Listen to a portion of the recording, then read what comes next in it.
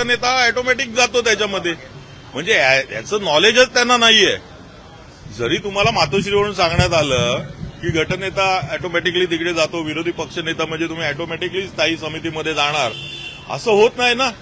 तुमच्याकडे एक एमएस असतो, तुम्ही त्याला तरी विचारलं पाहिजे होतं की बाबा मला असा निरोप आलेला आहे, तुमचा केसाने गळा कापण्यात आलेला आहे हे तुमच्या लक्षात आलेलं नाहीये एवढं नक्की. तुमचे मित्र संदीप देशपांडे मागील काही दिवसापासून सातत्याने संजय राऊत यांच्यावर टीका करतात. त्या टीकेचं नेमकं काय, ठाकरेंची युती तुटेल की संदीप देशपांडे भाजपचा काय अर्थ काय? नाही, कसं आहे, हा त्यांच्या पक्षाचा हे आहे. त्यांचा कोणीही जो बोलतो, तुमच्या मीडियासमोर येऊन बोलतो, त्या वरिष्ठांशी चर्चा करून बोलतो.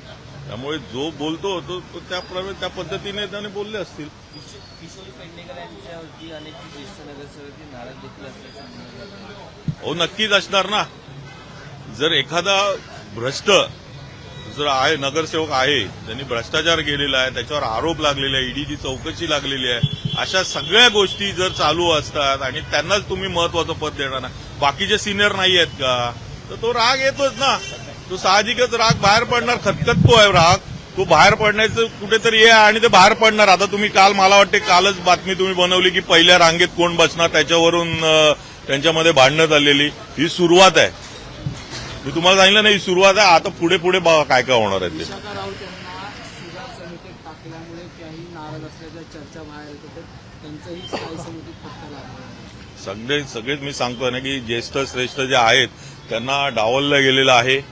इकडे त्यांनी आपापल्या लोकांना, प्रत्येकाचा गॉडफादर आहे, त्यांनी आपापल्या लोकांची नावं दिलेली आहेत आणि त्याप्रमाणे ती नावं तुम्हाला दिसली आहेत. आणि ज्यांना नॉलेज नाही आहेत ते मोठेपणा करायला तिकडे मोठमोठ्याने बोंबाबोंब करतायत, की दाखवतायत की आम्ही इकडे किती विरोध करून दाखवतोय, परंतु त्यांना पण तिकडे डावलण्यात आलेलं आहे. अनेक आजी माजी नगरसेवक आमदारांच्या मुलांना सुद्धा समितीवर घेण्यात आलेलं आहे.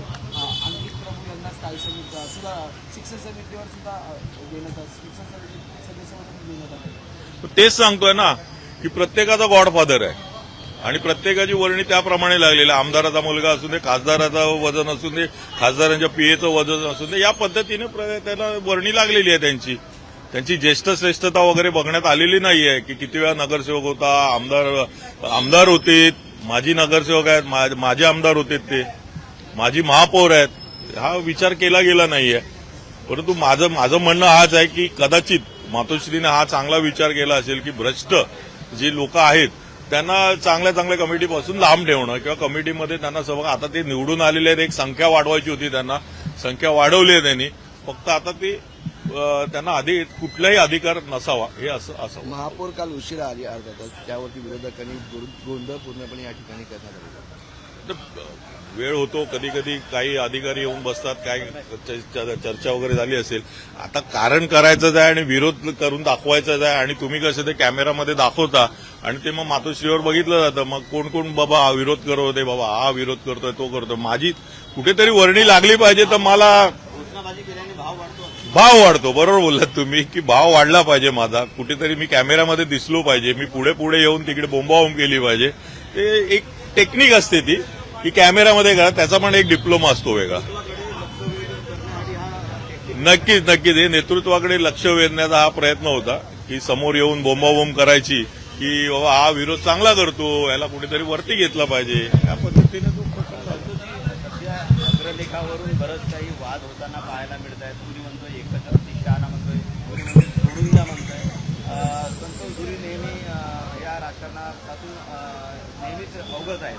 तुम्ही कसं बघताय अग्रलेखावरून वाद प्रतिवाद होताना पाहायला मिळत आहे? पण त्यांना मला वाटते सगळे पक्षातले सगळेच नेते लोक, मग मला वाटते आघाडीमधले असून दे त्यांच्या किंवा युतीमधले असून देत, कुठल्याही सगळे नेते लोक त्यांच्यावर तोच आरोप करतात की हे महाशाणे आहेत, यांना प्रत्येक गोष्टीचा नॉलेज आहे, यांचे क्लिंटन बरोबर संबंध आहेत, आता कोण आहेत अमेरिकेचे राष्ट्राध्यक्ष त्यांच्याबरोबर संबंध आहेत, दाऊद बरोबर संबंध आहेत, सगळ्या मोठ्या मोठ्या लोकांबरोबर यांचे संबंध आहेत. आणि यांचं इंटरनेट एवढं जबरदस्त आहे की सीआयडी आणि आयबीला ज्या माहिती नसतात त्या गोष्टी यांना सगळ्या माहिती असतात.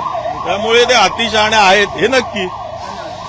येणाऱ्या काळामध्ये महानगरपालिकेच्या राजकारणामध्ये बरीच बोंबाबोंब होताना पाहायला मिळेल असं वाटतंय का या नियुक्तींवरून? होणारच आहे ना, कालपासून सुरुवात झालेली आहे. आता कोणाला तरी मी ऐकलं काहीतरी कोणाला तरी राजीनामा द्या म्हणून काहीतरी मागे लागलेले आहेत ताई. असं कोण राजीनामा देईल का? तुम्ही सगळं मातोश्रीवरून किशोरी पेडणेकर म्हणजे विरोधी पक्षनेत्या निशाण्यावर कुणीतरी आहेत, हं? निशाण्यावर कुणीतरी आहेत. हा आहेत. आता चाललंय त्यांचं की बाबा कोणीतरी एक राजीनामा द्यावा. कारण आता कसं झालेलं आहे की आता सगळेच हसायला लागलेले आहेत त्यांना की तुम्ही त्या दिवशी तर एवढा मोठमोठ्याने तिकडे बोंबाबोंब करत होतात की पीठासीन अधिकारी कुठला तरी ज्येष्ठ नगरसेवक जो आहे ज्याचे जास्त टर्म झाले अशा नगरसेवकाला करायला पाहिजे होतं. म्हणजे आम्हाला जास्त नॉलेज असं दाखवण्याचा जो प्रयत्न करत होता. तुम्हाला नॉलेज नाही आहे हे सिद्ध झालं ना की तुम्हाला मातोश्रीवरून सांगण्यात आलं की तुम्ही बसा मग हे करा नावं द्या म्हणून बाकीच्यांची. तुमचं नाव दिलं नाही तर हरकत नाही तुम्ही जाणार म्हणून त्या ह्याच्यामध्ये कमिटीमध्ये आपोआप.